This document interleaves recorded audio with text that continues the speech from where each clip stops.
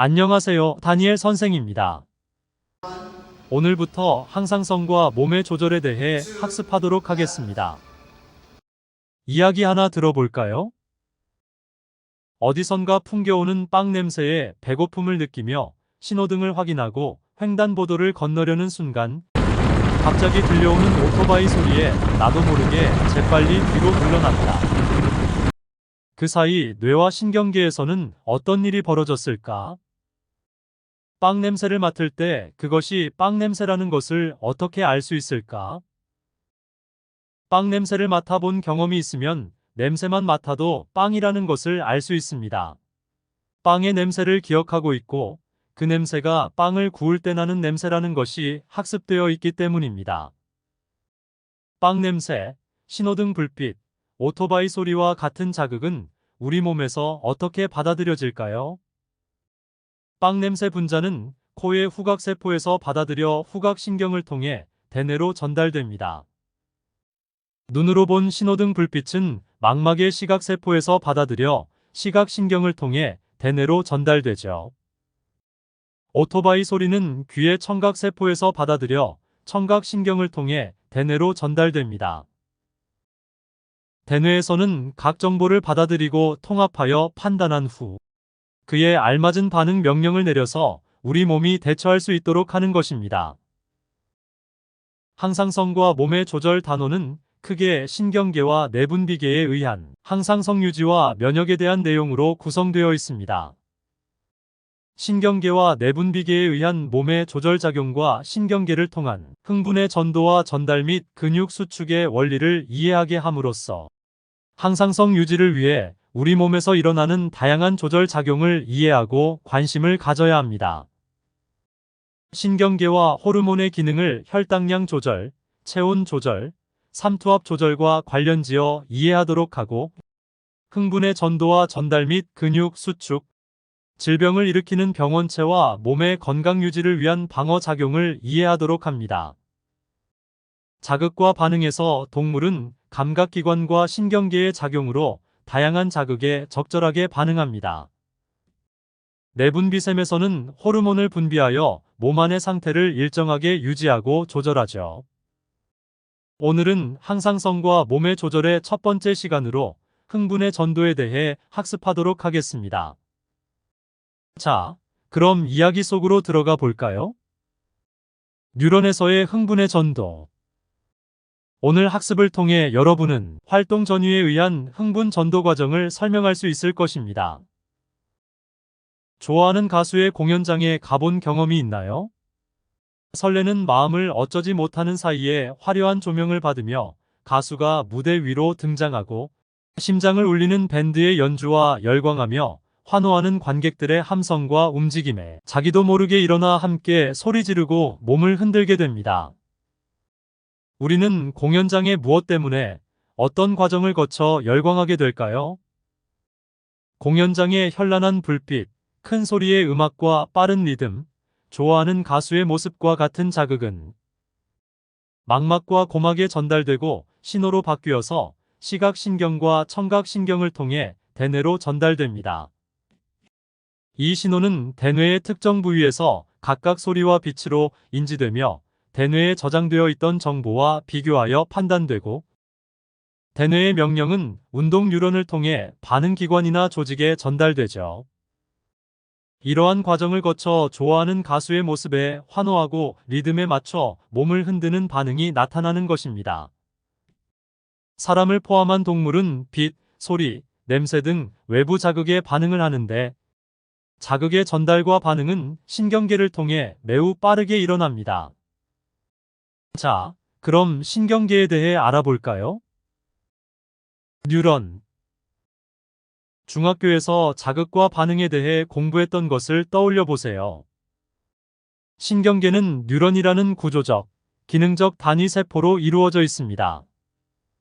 뉴런은 마리집의 유무에 따라 마리집 신경과 민마리집 신경으로 구분하며 마리집 신경에서 마리집과 마리집 사이에 드러난 축삭돌기 부분을 랑비의 결절이라고 합니다.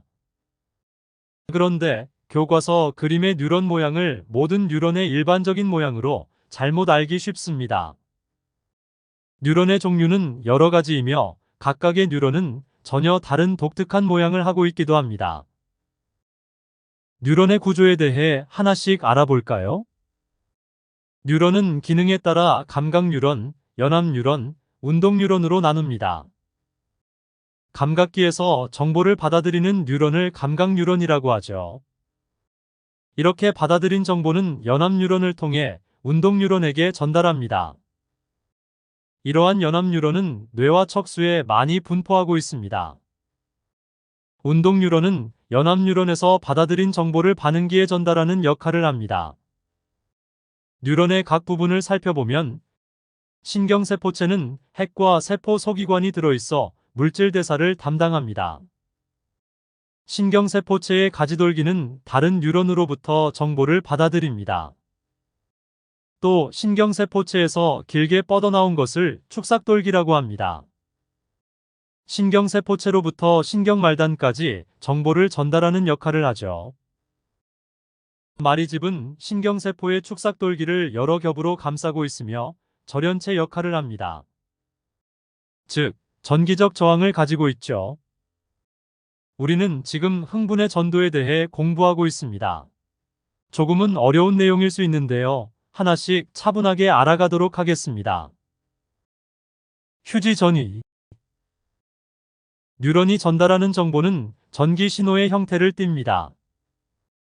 우리 몸에서 전기적 성질을 나타내는 것은 이온인데 뉴런의 막 안쪽은 막 바깥쪽에 비해 칼륨 농도가 훨씬 더 높고 나트륨 농도는 훨씬 더 낮습니다.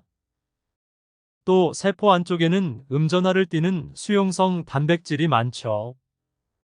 이와 같은 신경세포막을 경계로 이온 농도의 불균등과 이온의 막 투과성 차이 때문에 세포막 안팎에 전압 차이가 발생합니다.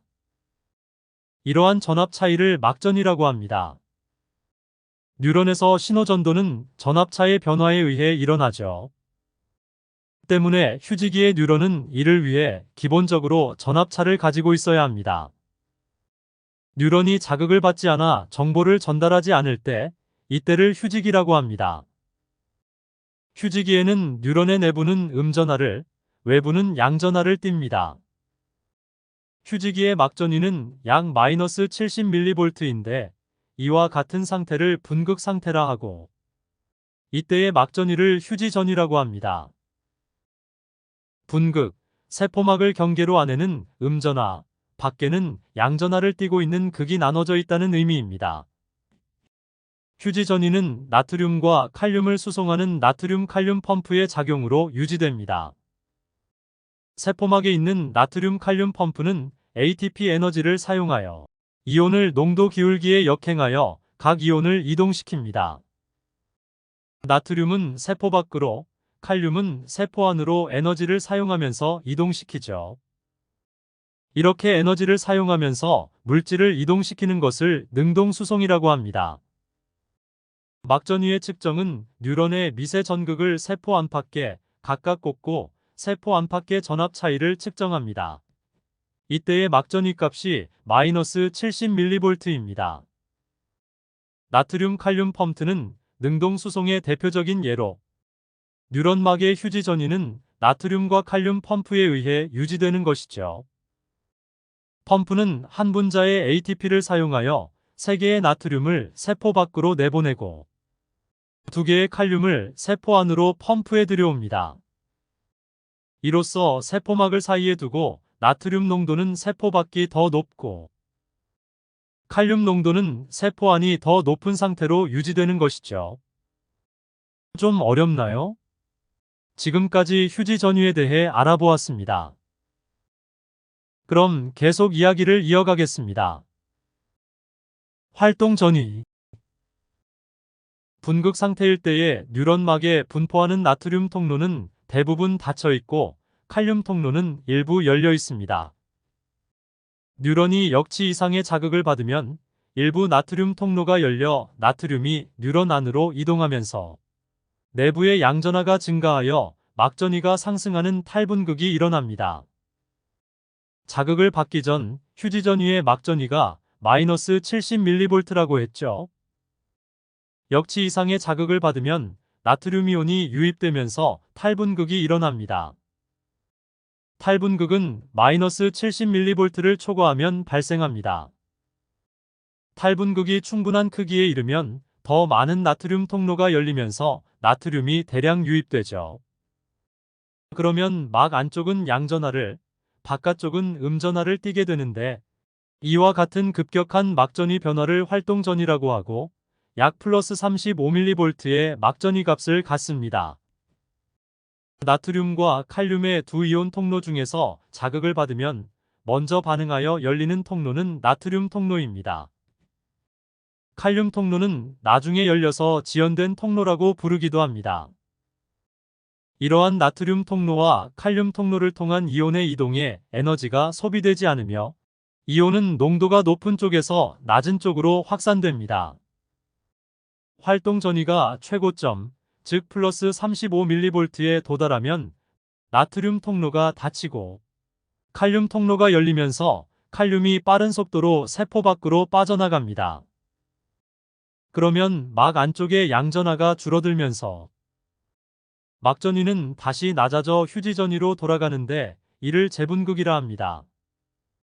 이후에 칼륨이 계속 유출되어 막전위가 휴지전위 아래로 떨어지는 과분극 상태가 나타나는데 보통 마이너스 80mV까지 내려갑니다. 활동 전위의 크기. 같은 뉴런에서 활동 전위의 크기는 항상 일정하며 자극의 크기에 따라 활동 전위의 발생 빈도가 달라집니다. 활동 전위가 발생할 때 막 안팎으로 이동하는 이온의 수는 세포막을 사이에 두고 안팎에 분포하는 나트륨과 칼륨의 농도 구배와 비교해 보면 매우 적습니다. 그러나 결국 이들 이온의 이동으로 활동 전위가 발생합니다. 지금까지의 내용을 정리하면 휴지기의 뉴런이 역치 이상의 자극을 받아 탈분극이 발생하면 활동 전위가 발생하고 재분극이 일어난 후 휴지 전위가 회복되는 과정을 반복합니다. 그럼 나트륨이나 칼륨의 이동과 관련하여 이야기로 만들어 볼까요? 원래 나트륨은 성박 마을에 많이 살고 있었고 우리 칼륨은 주로 성 안에 살고 있었습니다. 그런데 어느 날 성벽이 흔들리더니 여기저기 구멍이 생겼죠. 마을 사람들은 그 구멍을 통해 나트륨이 쏟아져 들어오면서 지진이 일어나 성박 마을의 집들이 무너졌다고 호소했습니다. 우리는 나트륨들을 진정시키고 성박 마을로 선발대를 파견하여 피해 상황을 점검했죠.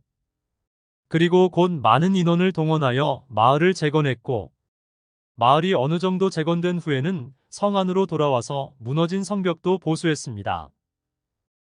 절망에 빠졌던 나트륨들은 우리에게 고마워하며 성박 마을로 돌아갔고 성 안에는 다시 평화가 찾아왔습니다. 어때요? 전체적인 상황을 좀 이해할 수 있나요?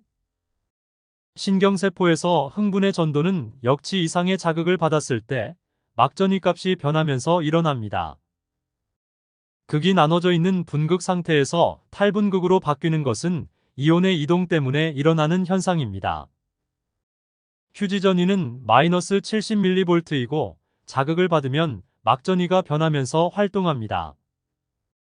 즉, 활동 전위가 발생하면서 플러스 35mV까지 가파른 변화를 일으킵니다. 이후 활동 전위는 다시 원래의 분극 상태로 돌아갑니다. 네, 재분극이 일어나는 것입니다. 신경세포막의 이온 분포로 알아보면 휴지 전위에선 세포 밖에는 나트륨 이온이, 세포 안에는 칼륨 이온의 농도가 높습니다. 활동 전위가 발생하면 세포 안은 세포 밖에 있던 나트륨이 확산되어 들어오면서 세포 안은 나트륨 이온이 많아집니다. 재분극 때는 칼륨이 세포 밖으로 빠르게 빠져나가면서 세포 밖에 칼륨 농도가 증가합니다. 이후 나트륨 칼륨 펌프의 작용으로 원래 상태로 돌아갑니다. 세포 안에 많았던 나트륨은 다시 세포 밖으로, 세포 밖에 많았던 칼륨은 다시 세포 안으로 이동하여 휴지 전위를 회복합니다. 오늘 학습한 내용은 수능에서 출제 빈도가 높습니다. 지금까지의 개념을 기반으로 복잡한 응용 문제를 접근해야 하죠. 따라서 오늘 학습 개념을 잘 이해하고 있어야 합니다. 여러분, 연체동물의 대표주자인 오징어의 신경계에 대해 알아볼까요? 궁금한 생명과학사, 오징어의 거대 축삭돌기 연구. 뉴런 안팎의 이온 농도 차이, 이온의 막 투과성, 전기 신호의 발생 등은 오징어의 거대 축삭돌기를 이용한 연구에서 발견되었습니다. 오징어의 축삭돌기 지름은 약 1000마이크로미터로 지름이 1마이크로미터에서 2마이크로미터인 사람의 축삭돌기보다 500배에서 1000배나 큽니다. 따라서 축삭돌기 안으로 미세 전극을 어렵지 않게 찔러 넣을 수 있어 다른 유런에서는 불가능했던 전기적 특성의 측정이 가능했죠. 영국의 호지킨과 헉슬리는 오징어의 거대 축삭돌기에서 최초로 활동 전위를 측정했고 활동 전위를 발생시키는 이온의 이동도 확인하였습니다. 오늘은 긴 시간 동안 흥분의 전도에 대해 학습했습니다. 수고하셨습니다.